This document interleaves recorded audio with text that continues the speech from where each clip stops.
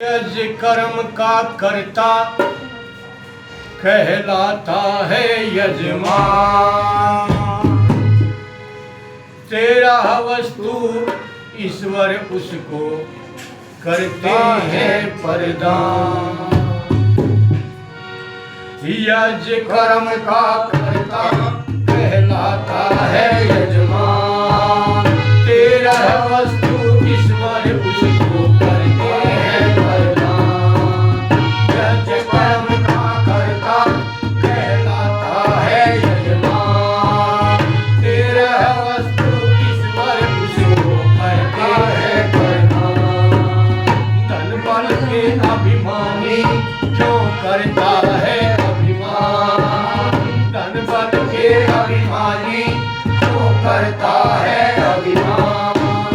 तेरा वस्तु दुर्लभ है यज बिना इंसान। यज कर्म का कर्ता कहलाता है यजमान। तेरा वस्तु ईश्वर उसको करता है प्रदान।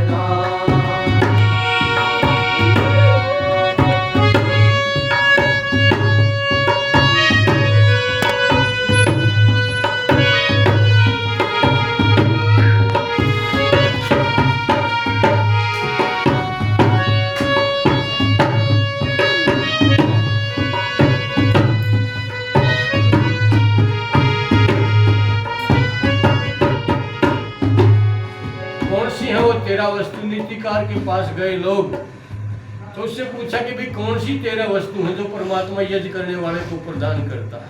अभी इस छोटे से बच्चे के जीवन का पहला यज है ये, और परमात्मा से प्रार्थना करेंगे वो तेरा वस्तु है, परमात्मा इसको प्रदान करे। मनुष्य वरम वंश जन्म विभो दीर्घायु आरोग्यता सम्मित्रम सचुच है सती प्रियतमा भक्ति च नारायणा विद्योत्तमा सज्जनता इंद्रिय जय सत्पात्रम ज्ञान रतिम यज्ञम बिना त्रयोदश गुना। ये 13 गुण परमात्मा उसके अंदर आरोपित करता है जो व्यक्ति यज्ञ के साथ जुड़ा है। इसलिए हमारे संस्कारों में सबसे पहले यज्ञ का विधान है। कोई भी कार्य करते हैं और 16 संस्कार करते हैं तो पहले ही सबसे पहला यज्ञ होना चाहिए। क्या कहता है पहले नंबर पर क्या क्या चीजें देता है। मानव योनि वर्ण श्रेष्ठतम। मानव योनि वर्ण श्रेष्ठतम वैभवशाली दीर्घायुतम। मानव योनि वर्ण श्रेष्ठतम वैभवशाली दीर्घायुतम। रोग रहित काया का रोग रहित काया का वह पाता है वरदान। तेरा वस्तु ईश्वर उसको करता है प्रदान। यज कर्म का कर्ता कहलाता है यजमान। तेरा वस्तु ईश्वर उसको करता है प्रदान। यज कर्म का कर्ता कहलाता है यजमान। तेरा वस्तु ईश्वर उसको करते हैं प्रदान। मानव योनि वर्ण श्रेष्ठतम। सबसे पहले उसको मानव की योनि देता परमात्मा यज्ञ करने वाले। अगला जन्म मनुष्य का देता है, इस जन्म में यज्ञ करता रहता है और श्रेष्ठ वर्ण में जन्म देता है। ऊंचे वर्ण में जन्म देगा उसको, वैभवशाली बनाएगा, लंबी आयु करेगा उसकी, और उसको रोग रहित काया मिलेगी। सारी उम्र आरोग्यता का प्रदान करता है परमात्मा। दीर्घायु आरोग्यता। और क्या क्या करता है, क्या चीजें अच्छी मिलेंगी उसको। मित्र हितैषी सुत सुखदायक। मित्र हितैषी सुख सुखदायक नारी सुशीला हो ग्रह लायक। मित्र हितैषी सुख सुखदायक नारी सुशीला हो ग्रह लायक। भक्ति मिले ईश्वर की, जिसे भक्ति मिले ईश्वर की करे अपने धन का मान। तेरह वस्तु ईश्वर उसको करता है प्रदान। यज्ञ कर्म का करता कहलाता है यजमान। तेरह वस्तु ईश्वर उसको करते हैं प्रदान।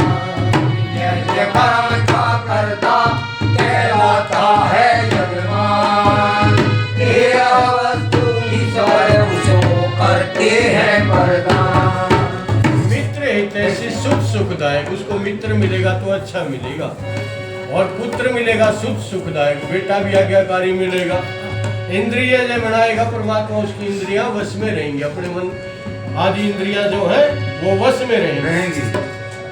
और परमात्मा की भक्ति मिलेगी, भक्ति नारायण से कहा ना श्लोक के अंदर, ये चीजें मिलती। और क्या मिलेगा? श्रेष्ठ जनों का मिलता है संग। श्रेष्ठ जनों का मिलता है संग। इंद्रिय जय हो वश में मन। श्रेष्ठ जनों का मिलता है संग। इंद्रिय जय हो वश में मन।